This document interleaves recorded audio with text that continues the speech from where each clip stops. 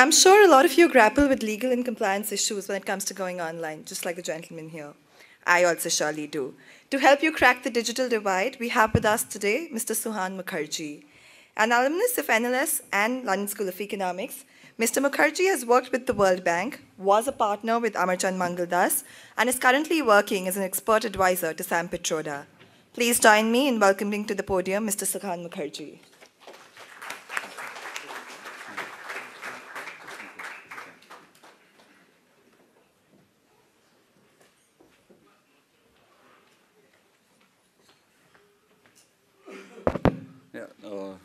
Good morning. It's a pleasure to be here and to see so many people interested in e-commerce and IT. The background to my presentation is essentially to give you an overview of the regulatory framework that exists currently in the country and what are the difficulties or what you should think about when you're setting up an e-commerce business. And to give you some touch points on that, and I'd like the session to be interactive, so anytime you have a question, you can put your hand up and ask me something if you want me to clarify further on something, because there is a lot of detail on each of the topics and one can speak separately on each of them, but I'm just going to touch upon a few of them. And how many people already have e-commerce businesses in this room? I mean, okay. And services or goods, how many people selling goods online and how many people selling services online? Okay, great. Okay, okay. I mean, this actually is testament, I mean, the number of people here is testament to the fact that there is potential for e-commerce in India. These are just some broad facts that are currently contemplated by people who are futurists in this sector. This is the comparative figures with what's happening in the rest of the world. Fundamental difference is, I believe, if we need to promote e-commerce in India, we need to be able to get people online easily, be able to sell goods and services online easily, and necessarily not make the compliance system or the regulatory system so complicated that there is a high barrier to entry into this market. And for that, we had a convergence bill that first came out in the early 2000s that was dumped aside by the government because they couldn't decide who should have precedence over it, whether the Department of Telecom or the Department of Information Technology. And so neither of the Babus wanted a merger of these two departments. And so we never had a convergence bill that actually came out. We had a fantastic report on taxation of e-commerce that came out again in 2000, and there was an expert committee that was set up because taxation is very critical in the way that you identify where points of sale occur, etc. In an e-commerce business. There was a fantastic report written, governments never implemented it. And for some of the people who have the larger companies, or if you want to be an activist, it's very important to tell government, look at what you've already got on paper and what you want to, and please implement that. These are some of the larger players over here in India currently. The types of e-commerce models, we've got business to business where people are generally selling to a business and not to an individual customer. The important thing to understand is under the foreign direct investment regulations, B2B e-commerce is considered an ITES service and therefore you're allowed to take money or investment from overseas companies. So foreign direct investment is allowed in B2B e-commerce. It is not allowed in B2C. B2C is business to consumer. So if you have an online platform which is selling directly to an individual consumer anywhere, that is currently you cannot take any foreign direct investment into that company. This actually is a bit of a regulatory mistake or a hurdle because what the government did is that they clubbed B2C e-commerce along with retail trade. And they considered e-commerce as a backdoor entry for people who may want to come into retail trade. A fundamental error by the policymakers, and when the FDI liberalization happened in retail trade, I spoke to a couple of people who are on the cabinet committee on economic affairs, and they said, oh, we didn't even think about e-commerce. No one brought it up. And so this is kind of like a neglected stepchild. We're hoping in the next round of FDI liberalization that's happening, you will see a liberalization in this space, and it would at the best, I hope, come and be at par with retail trade, which is currently 49%, and it may get pushed up to 74. So you will be able to take foreign direct investment into your B2C. Then there are consumer to consumer marketplace sites. This, again, you can have 100% foreign investment in, because a marketplace is considered an information technology enabled service. So IT sector has 100% FDI permitted under our FDI policy. So if you have a marketplace where people come and they're selling to each other, you're allowed to actually have 100% foreign direct investment into this. Mobile commerce, essentially, where you're using your mobile phone. There are various types of difficulties here. We haven't seen mobile banking really take off, as much as we would like. I mean, if you see Kenya, everyone's on mobile transactions on their mobile phone. In India, they're currently a bit hesitant. RBI has very strong regulations in this area. The primary issue, I mean, if you just want to know for information, that plagues the globe on this is, what's the revenue share model between the telecom operators and the banks? And that's one reason why it's not successful in other countries in Africa. Kenya is the only one that's cracked this model. For example, Nigeria now has actually gone back and said telecom operators cannot actually operate mobile banking services. It will have to be banks. From liberalization, they've gone saying that the banks have to be the ones who will operate it. We're still watching that space to see what happens. Other types of models is where you have government selling, government to business, or you have people structuring their business such where they have a website company, another company that sells wholesale to one big business. And these are ways that people try and sidestep the regulations on foreign direct investment that prevent the direct engagement with customers. And the reason why FDI is important is because all of you all as entrepreneurs are also looking at exit options. The other thing is you require a large amount of capital to be able to make the back-end investments into logistics, warehousing, and in general transportation that's there. I mean, if you look at Amazon, for example, Amazon is actually probably the world's best logistics company. They've got worked that down to an art.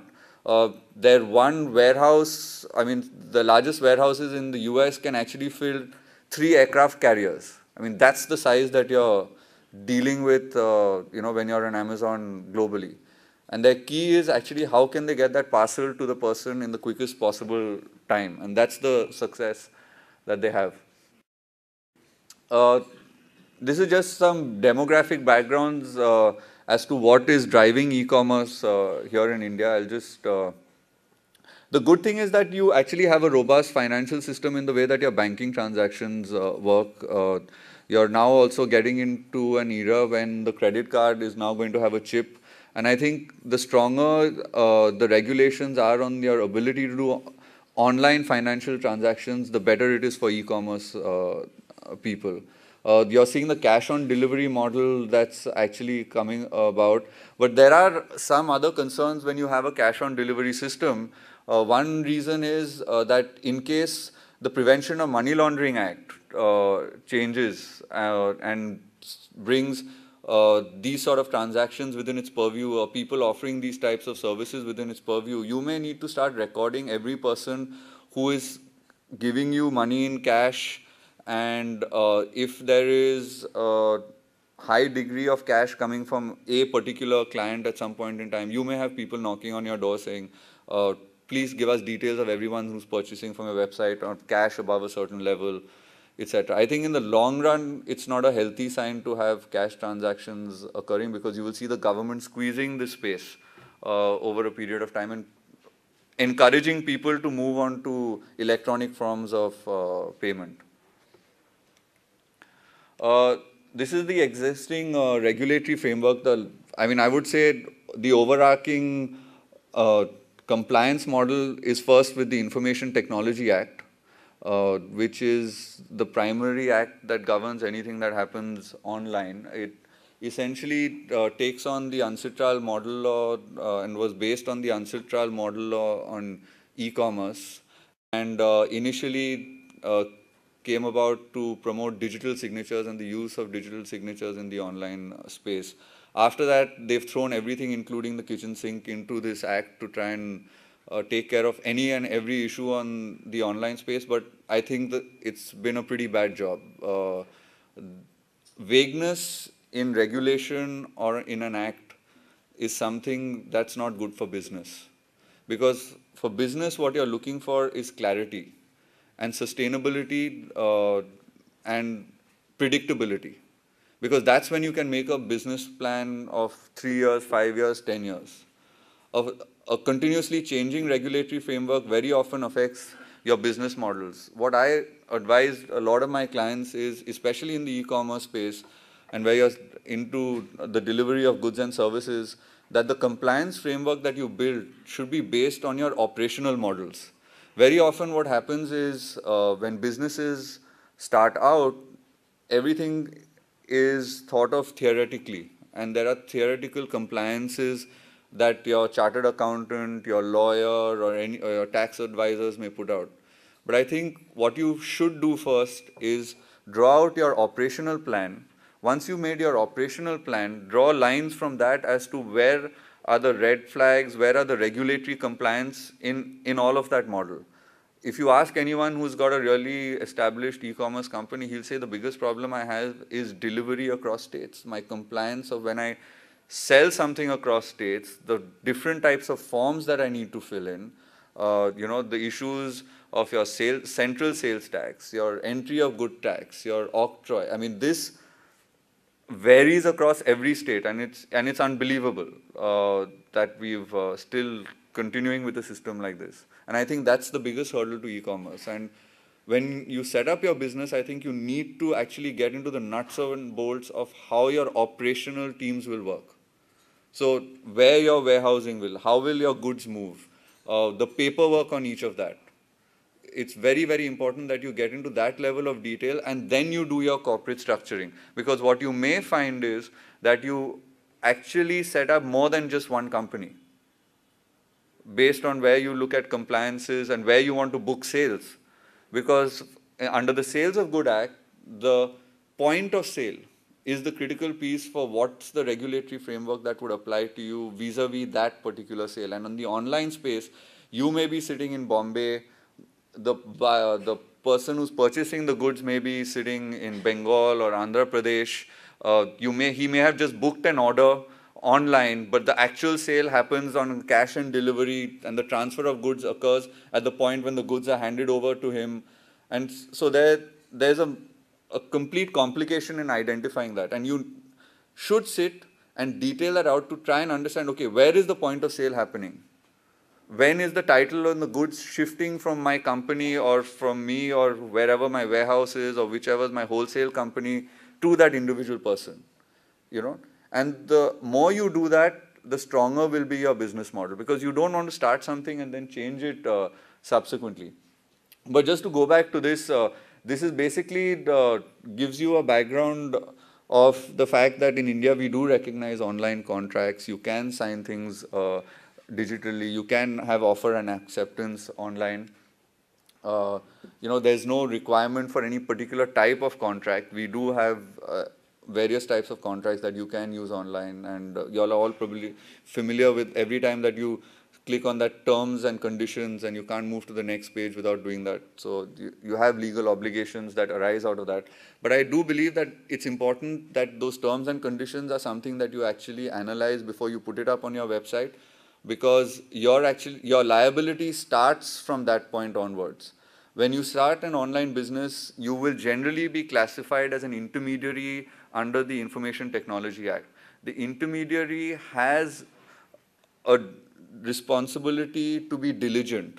There is a diligence standard that is expected of how an online intermediary should conduct itself based on the business that it's in. So for example, who is responsible? We all remember that case, the Bazi case, when there was a CD that was sold online and the head was